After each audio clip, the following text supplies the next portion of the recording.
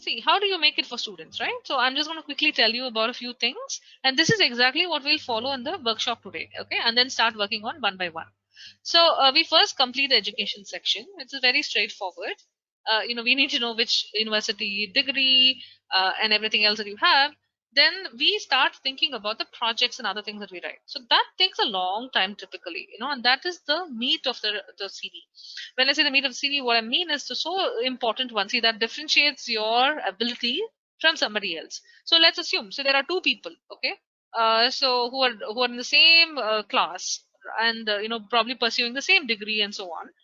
So how do you differentiate the two people's abilities? Will be through the GPA, through the projects they've undertaken, through the papers they publish, through the kind of extracurricular activities they've done, and so on, right? So that's exactly what we mean. So the projects is something that we talk about. I will tell you more detail about the projects a little later. And then see, what we'll do is you have to identify some of the projects that you've already done.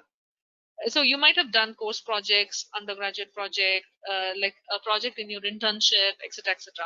So I will discuss that in depth, and you will see like how that works. And this, what we'll do, we will transfer it to the experience section in your CV. Okay, so that's something that we do. Then we'll finish the work experience section for those of you who have internships. So if you have like an internship or something, this is where you will be adding it in the work experience or the professional work experience. Then leadership is something very important, especially when you have led any kind of initiative, either in the role of a president or somebody else and all that, but also somebody, some other way, right? So when you have done that, that is something that you can consider. And then, of course, adding your extracurricular activities, awards, honors, volunteering experience, etc., etc. And then that's it, like the awards as well, and doing the formatting, and you're done. So typically, it doesn't take you a long time at all. And today, that's exactly what I'm going to show you and how it doesn't take a long time. All right. So there are not many working professionals here, but if there are working professionals, again, what happens is there is something special for them that we do, which is called as a career progression guide. Okay, we help them to showcase how their career has progressed, how do they write their responsibilities and accomplishments under each role, right, in their career.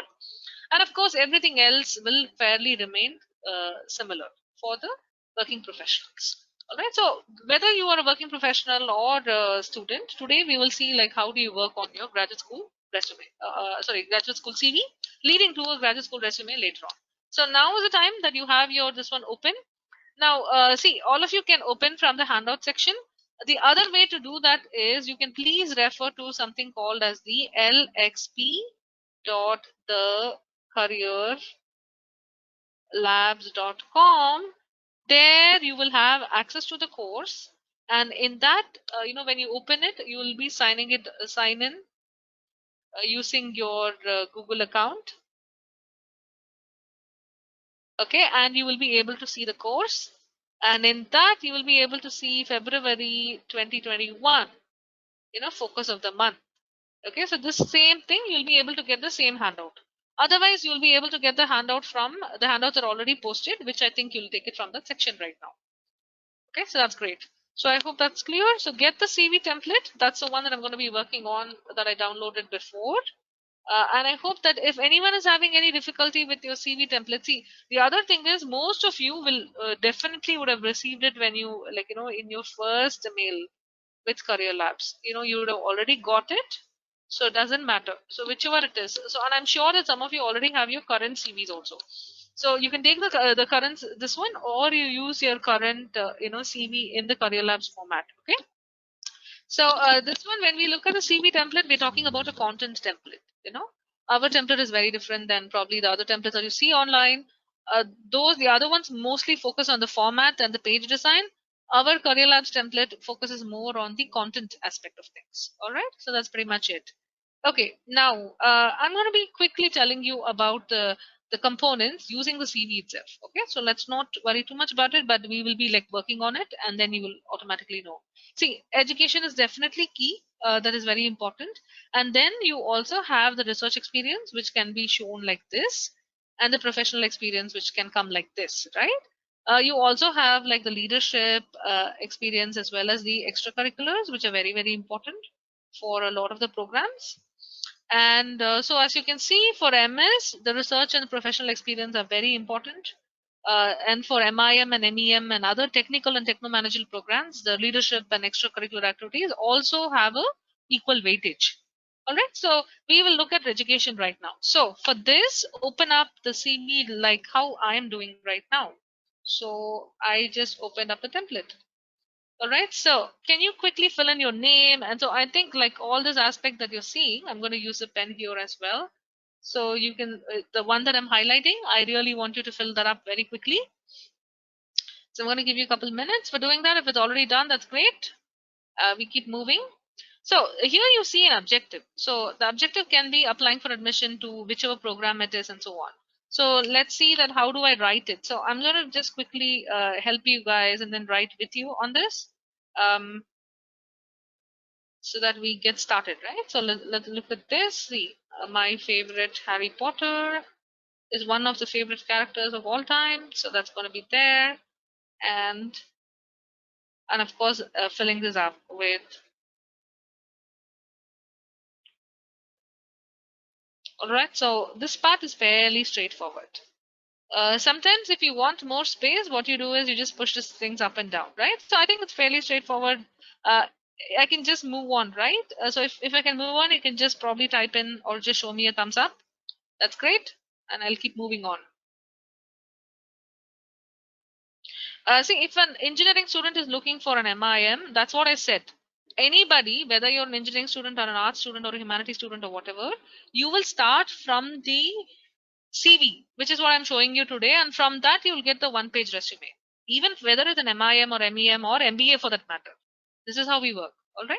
So don't worry. So from the CV, it will be very easy for you to get a one-page resume, and that's another handout that's also shared with you on how to do it. And of course, we'll be there to help you with it. So typically, you're going to be applying for, I don't know, like so for, I will say psychology. So why not? Today, my program is psychology, and so at the University of Hogwarts, okay, for fall 20, most of you guys are going for fall 2022, so that's something that we're going to write. So after this, after you've written this, you don't need all this. These are all the instructions given to you, so you can delete this. So we are all done with that. Excellent. So that's it. And then what happens is, so please read this. The dates have to be right aligned and then maintains consistency throughout and all that, right? Excellent. So now we move to the education section. So let's say that Harry Potter had a BE in, I don't know. So anyone want to suggest a program for me? Okay, fine. Aerospace. There we go. So he had a BE in aerospace engineering.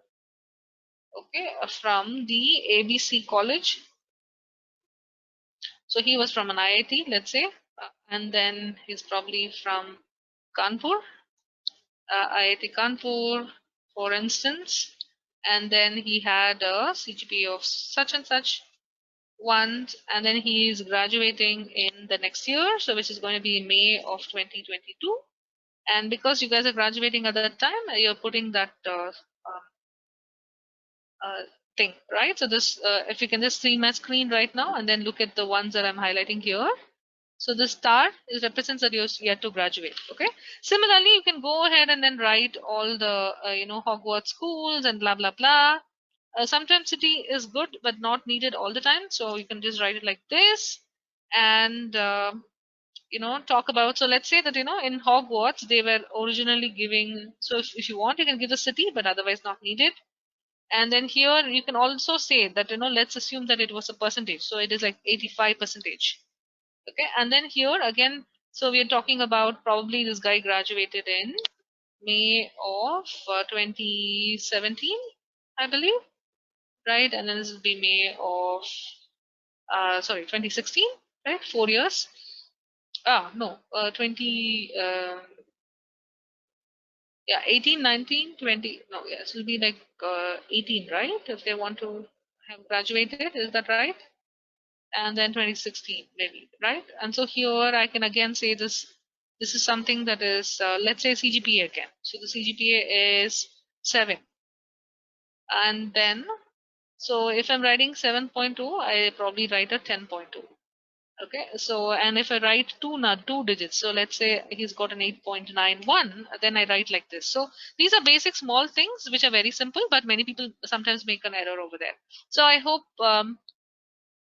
yeah, thanks. It's like 18 and 16, no? Yeah, that's perfect. Thanks. That's excellent. So yeah, this is very simple. So majority of the times, it looks very simple, but I'll tell you where people make errors. So people typically make errors in writing their full, like what is your bachelor's degree? So sometimes you might want to even say Bachelor of Engineering in Aerospace Engineering or something like that. Especially if you have something like BCom, so don't write BCom, right? You might want to say Bachelor of Commerce and so on, and accordingly, so this will be as per what is there in your mark sheets, as per what is there, and so on. So then see, here's one interesting thing. So if you are, let's say this person Harry Potter was a person who was um was in the top, this one, so you can just call it like this, in the top 20 out of 50 students, right? So we can also write it like this, out of 50. So you can write it like this, and you can just write it in italics over here. I hope you guys are with me so far. All right. So yeah, if most of you are already done, that's great. Just want to make sure that the others are catching up and are at the same level as well. Sometimes you can write it this way, or sometimes you can write it in the, this is a way of writing it, and then other times you can also write it as, or you can just write it as, in the top 10th percentile, sorry, 90th percentile or 99th percentile or something like this. So this is also something that we can write. So depending on what it was, or you can also say like, holder of, rank holder of so much and so on. So these are things that you can write. So again, sometimes you can talk about your university also. When do you talk about your university? When your university is bigger than your college. So example, you might be from an XYZ college, but your university is well known. Okay, so at that time you might want to also use your university. So for example, you can say IIT Kanpur from, you can just probably put it and say that ABC University. I'm just making it up, guys. Don't. You obviously know that IIT is not, belonging to any university at this point. But yeah, so that's something that we can do. All right. So moving forward, there are working professionals. Again, what happens is there is something special for them that we do, which is called as a career progression guide. Okay, we help them to showcase how their career has progressed. How do they write their responsibilities and accomplishments under each role, right, in their career. And of course, everything else will fairly remain similar for the working professionals. All right. So whether you are a working professional or a student, today we will see like how do you work on your graduate school resume.